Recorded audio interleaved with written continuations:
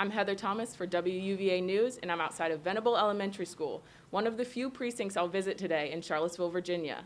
I'm talking to poll workers about what it's like to vote in COVID-19. We are wearing masks. Everyone has to wear gloves. Every time a voter leaves the booth, we wipe it down with Clorox wipes. We have hand sanitizer stationed all over our site and have sneeze guards in place where you check in to vote and where you receive your ballot. We're limiting the number of people who can come in at a time, like 4 voters at a time.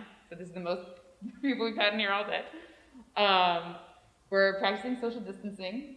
We've reduced the number of people who work here. Usually 9 or so people work in the precinct. We're 5 now, we'll be 4 later. We have on offer all sorts of PPE. We're wearing PPE. We have gloves and masks available. We have the hand sanitizer station placed so that you cannot avoid it when you run in. So it's sort of like, you know, hey, reminder, sanitize. We are not touching IDs. We have a plastic screen in front of the poll book. And we are not reusing pens. We weren't expecting this election to be a large turnout for several reasons. One is because it's a primary. The other is because the students who mostly vote in this precinct are mostly not in Charlottesville. And also because there was a big push, a lot of people did absentee ballot voting, mail-in ballot, absentee by mail. So at a small scale, this works. I mean, November is an entirely different story because the turnout is expected to be enormous. And I don't know, if we're still doing social distancing in November, we're gonna have to we're gonna have to reimagine the voting space just to keep everybody flowing in one direction and separated.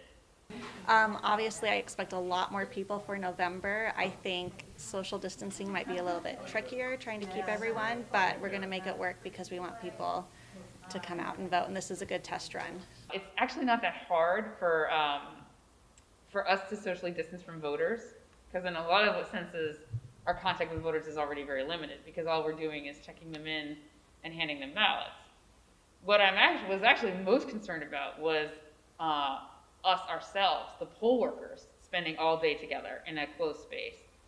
And that's really why it's fortunate that this is a primary, that we don't actually need all hands on deck right now. So it's a lot easier for the 5 and then eventually 4 of us to keep apart from each other for most of the day.